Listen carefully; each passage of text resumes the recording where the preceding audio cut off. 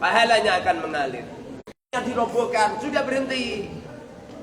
Makanya makna daripada shadaqatin jariyatin adalah mewakafkan tanah, akan mengalir ila yaumil qiyamah.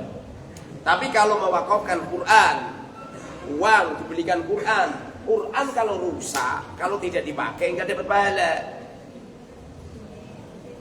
Makanya saya cenderung cocok dengan dawuhnya ulama, makna daripada shadaqatin jariyatin adalah wakaf, mewakafkan tanah.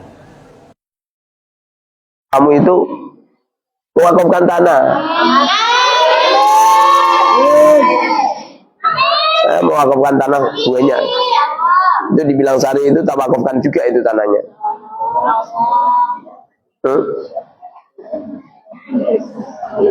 Di beberapa daerah saya wakafkan semua. Kalau sudah diwakafkan berarti sudah milik Allah.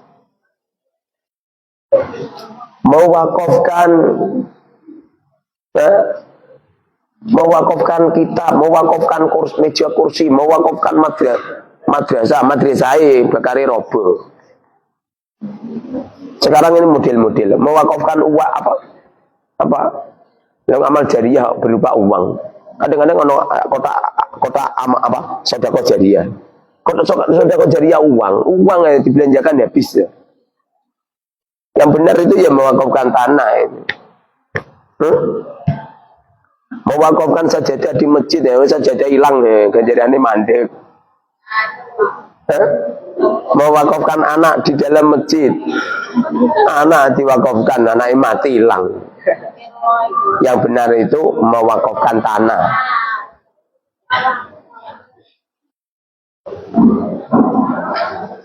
Kemudian berikutnya adalah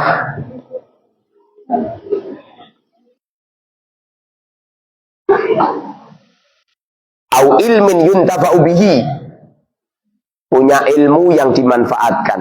Artinya punya ilmu yang diajarkan kepada umat. Kemudian masyarakat umat itu mengamalkannya.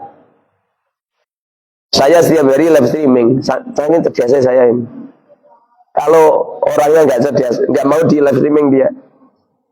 Biar ilmunya untuk santrinya saja. Padahal kalau santrinya saja, maka setelah ngajar hilang sirna. Santri lupa. Kalau ini terus. Minimal 1 bulan. Iya kalau nggak ada yang ngambil. Kalau diambilin nama netizen, bisa lama masukkan di situ.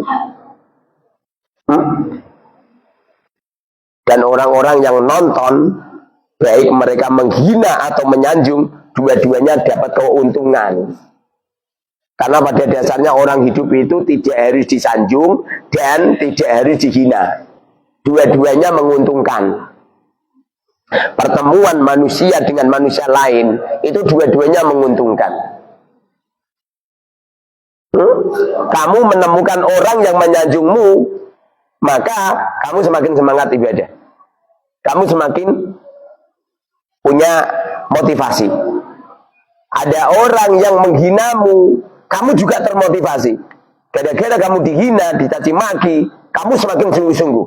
Kamu semakin memperbaiki dirimu. Artinya, dibalik kita ketemu orang baik sama orang jelek, dua-duanya ini adalah ghanimah kabirah. Dua-duanya adalah keberuntungan yang besar. Jadi mana daripada wa ilmin yuntafa'u bihi adalah punya ilmu, lalu ilmunya disebar. Ciri-ciri santri yang kelak apabila terjun di masyarakat, ilmunya bermanfaat, ilmunya ditimba ilmu sama orang lain, ilmunya barokah, ciri-cirinya di pondok sering memperhatikan teman-temannya. Di pondok sering nyemai teman-temannya. Di pondok sering mengarahkan temannya. Kalau kamu di pondok tidak pernah seperti itu, jangan diharapkan. Gak bisa kamu. Kenapa? Karena hari itu 3. Hari kemarin, hari sekarang, hari akan datang. Dua-duanya ini akan sirna. Yang benar-benar hari adalah sekarang. Kesuksesan itu ada di sini. Paham? Kesuksesan itu ada di tengah, ada di saat ini. Kesuksesan itu hari ini. Barang siapa yang hari ini manajemennya baik, maka dialah orang yang paling sukses. Karena hari kemarin seperti lembaran-lembaran buku. Kalau tidak dibaca nggak ada manfaat. Hari kemarin itu seperti lembaran buku. Kalau kamu baca, kamu pahami kehidupan yang lalu yang jelek, kamu revisi menjadi yang lebih baik, yang baik, kemudian kamu perbaiki yang lebih baik lagi. Itu berhasil ya. Kemudian yang akan datang itu belum datang kok kamu pikir-pikir nih. Saya akan, itu tipuan iblis itu. Saya akan jadi ulama besar. Besarnya di mana? Kotangmu jembling ya, ulama besar.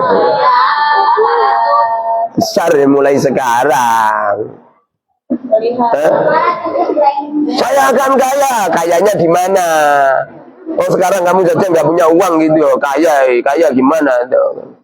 Ya Rob, kayakan kami. Jangan menunggu besok. Saat ini. Ciri-ciri orang kaya nggak butuh pemberian orang lain. Ciri-ciri orang kaya merasa cukup. Ciri-ciri orang kaya tidak punya jiwa pengemis. Itu kaya. Kamu pengen kaya besok, ya nggak jadi. Kaya mulai sekarang. Entom.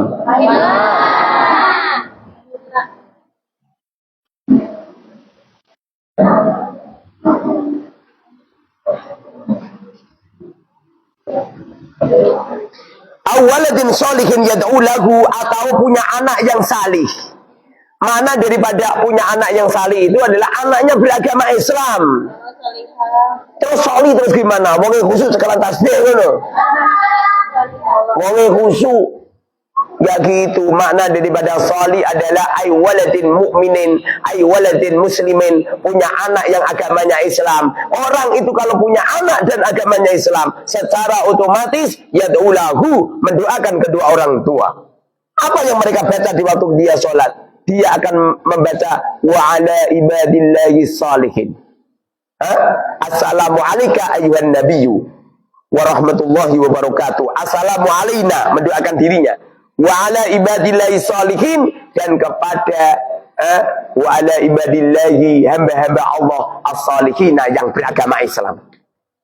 Jadi mana daripada soli ini agama Islam, mereka solisan khusyuk kaya kowe ngantuk ngono kuwi. Lah nak makna daripada anak solih itu kaya kowe tok ngene, ora ono wong sing seneng di anak banyak. Pokoknya kalau ada orang punya anak dan anaknya Islam, maka anaknya inilah yang akan menjadi sebuah simpanan ila yaumil qiyamah. Makanya orang Islam akan terampuni semua dosa-dosanya gara-gara amalnya anak-anaknya, ibadahnya anak-anaknya. Semakin banyak anaknya, semakin banyak ghanimah yang mereka peroleh.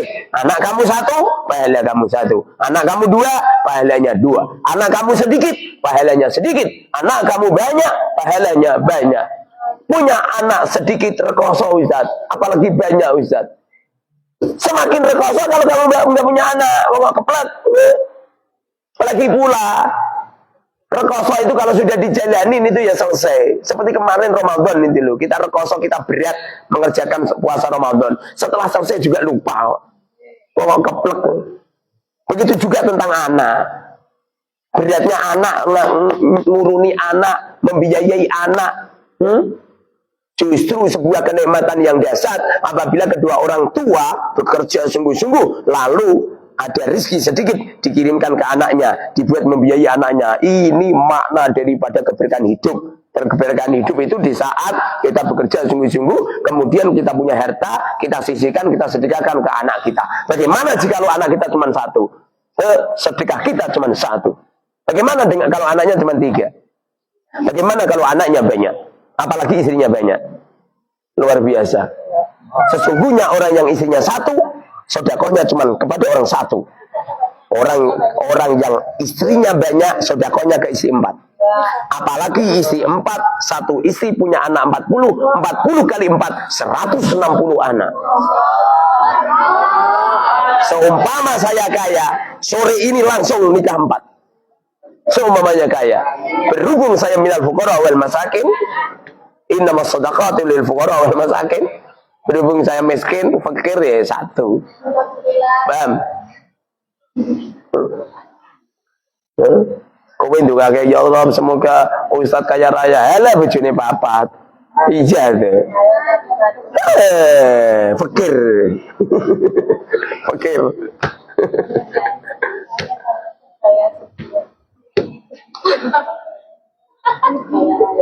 Jadi ada 3 amaliyah yang pahala manusia terus menembus ila yaumil kiamat. Yang pertama menwakafkan tanah, nomor 2 punya ilmu yang disebarkan kepada umat, yang nomor 3 adalah banyak anak. Yang nomor 3 adalah jangan ngaku-ngaku toh. Yang ragati ngirimi, memberi uang. Kamu takoni anak saya ya, tapi tak tahu duit.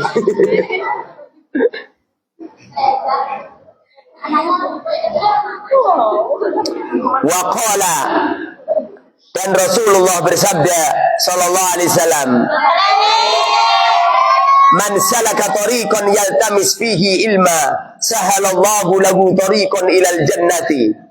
Man barang siapa salaka berjalan, man barang siapa salaka berjalan torikon di jalan, menginjakkan kakinya di jalan, torikon di jalan, yaltamis fihi ilman, yaltamis mencari, fihi di dalam torik, ilman ilmu.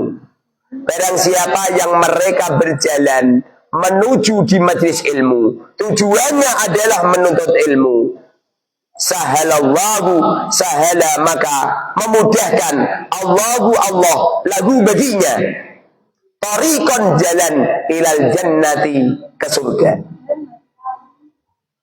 Barang siapa yang bepergian melangkahkan kakinya untuk menimba ilmu, untuk menimba ilmu, maka Allah memudahkan mereka jalan mereka menuju surga. Tidak ada seseorang itu dimudahkan jalannya menuju surga kecuali surga itu sudah mereka rasakan mulai hidup di dunia. Mereka mencium bau surga, mereka melihat surga, mereka mendengarkan surga, mereka punya pikiran yang ada di surga. Bahkan hidupnya diberi ketenangan oleh Allah Subhanahu wa taala seperti di surga. Apa firman Allah? Lahumul busra fil hayati dunya wal akhirah. Penghuni-penghuni surga itu Allah berikan anugerah kepadanya al-busra, kebahagiaan. Fil hayati dunya wal akhirah, diberi anugerah kebahagiaan tidak cuma kelak di akhirat, di dunia sudah bahagia. Makanya kalau ada orang ngaku-ngaku min ahlil jannah tapi hidupnya sengsara, hidupnya semrawut, hidupnya penuh dengan ketakutan, hidupnya penuh dengan kesusahan, positif mereka telah mencicipi, telah mencium bau neraka. Kalau benar-benar surga, maka semuanya akan menjadi baik. Jangankan mendapatkan sanjungan, mendapatkan hinaan dia senang. Kenapa? Karena sesungguhnya orang yang menggonggong itu, yang menggonggong itu anjing, betul nggak? Kalau orang yang menggonggong itu anjing, kenapa kamu pusing? Kuk kuk kuk kuk kuk. Ngapain kamu pusing dengan gonggongan anjing itu? Sesungguhnya orang yang berbicara jelek itu adalah cerminan dirinya. Kalau bicaranya jelek itu bagian daripada cerminan dirinya, ngapain kamu pusing?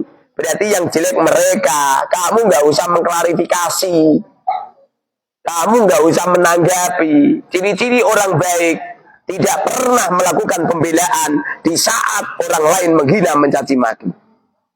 Justru dengan hinaan yang dilakukan oleh orang lain itu adalah ma'unah, itu adalah keilmuan yang didatangkan oleh Allah kepadanya supaya dirinya lebih introspeksi diri, supaya dirinya muhasabah diri. Hasibu anfusakum qabla an tuhasabu wazinu a'malakum qabla an tuzanu. Jadi langkah kita adalah semakin memperbaiki diri. Jangan sibuk dengan orang yang menghina, salah.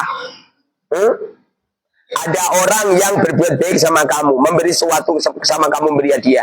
Ada orang yang mendolimi kamu. Dua-duanya adalah keberuntungan besar. Orang mukmin di dunia ini tidak ada kerugian. Orang mukmin hidup di dunia ini keuntungannya besar. Semuanya adalah anugerah dari Allah.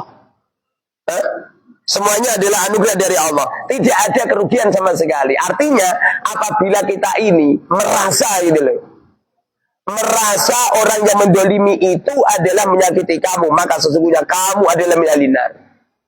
Orang kalau ahli surga tidak pernah merasa orang yang mendolimi adalah menyakiti. Enggak. Kenapa? Justru di saat ada orang yang mendolimimu, saat itu doa terijabah. Saat itu sukses seseorang ditulis termaktub di Lauhil Mahfuz. Saat itu kehebatan, kekayaan, kesuksesan seseorang ditulis oleh Allah. Tapi apa yang terjadi? Di saat kamu disakiti, di saat kamu dibully, di saat kamu didolimi, kamu berontak. Makanya kamu nggak naik kelas. Seperti ada botol, airnya di sini, nggak mungkin airnya naik, nggak mungkin airnya naik. Kemudian ada sengkuni yang masuk, ada batu yang masuk, cus, malah kamu tutupi, maka airnya nggak bisa naik. Kenapa ditutupi? Merasa ada sengkuni masuk, lalu mereka melakukan pembelaan, melakukan klarifikasi, supaya kejelekan kamu tidak dilihat orang. Goblok, airnya biar naik, cus, naik, cuy, maka angka derajatmu naik nyampe aras. Kan? Caranya seperti itu. Apa yang terjadi? Sengkuni-sengkuni itu ada di dalam air, airnya jadi naik. Ada lagi jeliat, semakin penuh ini, angka derajatnya semakin penuh. Itu cara Allah itu.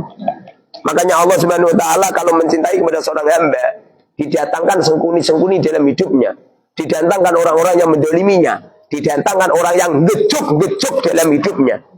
Kemudian mereka semakin hebat, semakin seperti baja yang kuat, semakin pedang yang runcing. Gara-gara apa coba? Saking seringnya ditempa, saking seringnya dibakar, saking seringnya ditutui, pada akhirnya menjadi runcing. Paham? Kamu-kamu yang cengeng adalah kamu-kamu yang tidak pernah mendapatkan ujian. Teruskan ayah ibumu menimang-nimang kamu. Teruskan ayah ibumu menggendong-gendong kamu. Nyampe lulus aliyah masih disuapin ayah ibumu. Akan kena musibah besar kau. Akan kena musibah besar. Apa itu? Kamu tidak terbiasa menghadapi badai. Kamu tidak terbiasa menghadapi kesemrawutan hidup. Sungguh beruntung seorang santri lahir dari rahimnya seorang ibu yang fakir. Lahir berupa jabang bayi yang semestinya belum lahir sudah lahir. Baru 5 bulan lahir. Diletakkan di tabung berbulan-bulan.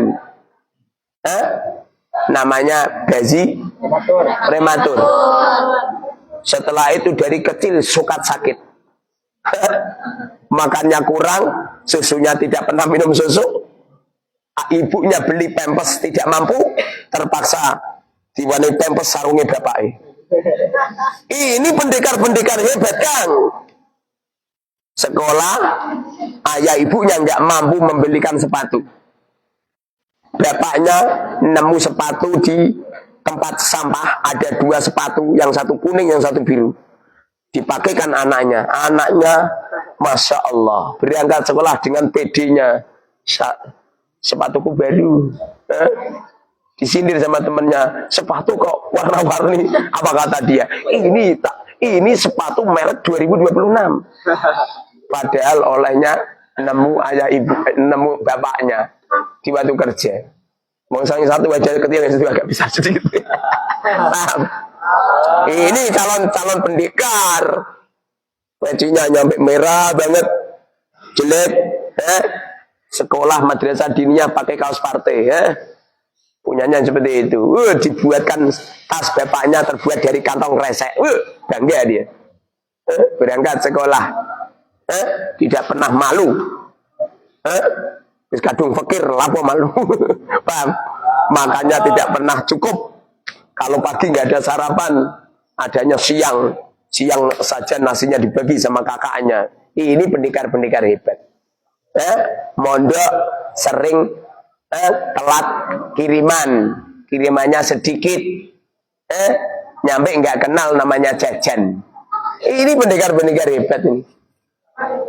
Seumpamanya ada perempuan seperti itu, terus saya jadikan menantu saya ini. Kenapa? Ini orang-orang hebat. Tapi kalau santri-santri yang diantarkan pakai mobil, pulang dijemput pakai mobil, ditimang-timang, kirimannya 1 juta, cekelan es krim, cekelan es teh, ini nggak banting ini. Ini nanti kalau terjun di masyarakat, buat tuh kono mobil Panther tahun 95 nangis dia. Tapi kalau istrimu itu dari rahimnya seorang ibu yang fakir, buat tuh kono motor otok-otok kayak demo, bangga dia. Dan pak motor dincot-cot ini, seneng dia kan?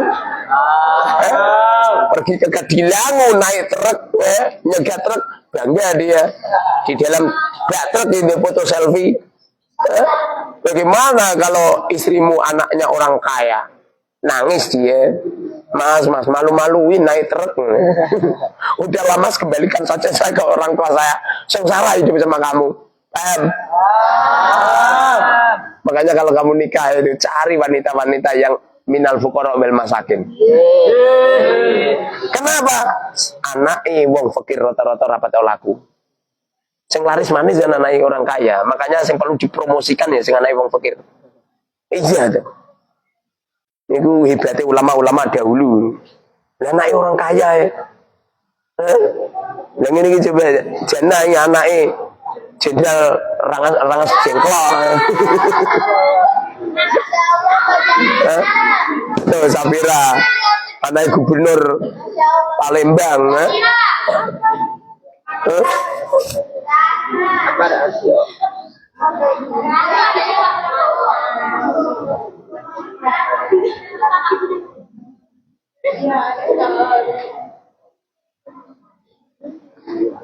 Waqala, dan Rasulullah bersabda sallallahu alaihi wasallam, Inna Allah, sesungguhnya Allah Ta'ala maha luhur, layak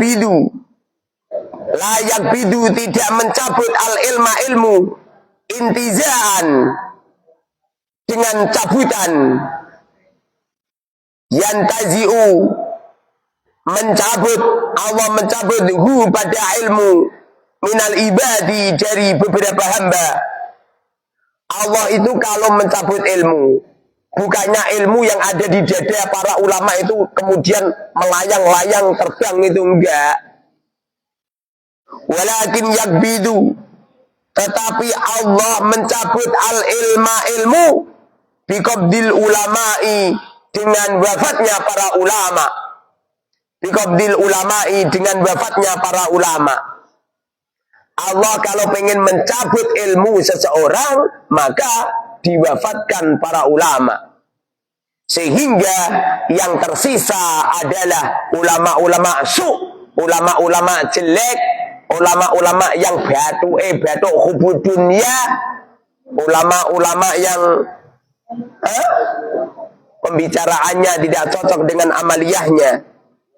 Hatta idza lam yabqa, sehingga apabila tidak sisa aliman, orang yang alim, ittakhadha, maka menjadikan annasu manusia, ittakhadha menjadikan annasu manusia ru'asa'a, para pemimpin juhalan yang bodoh-bodoh.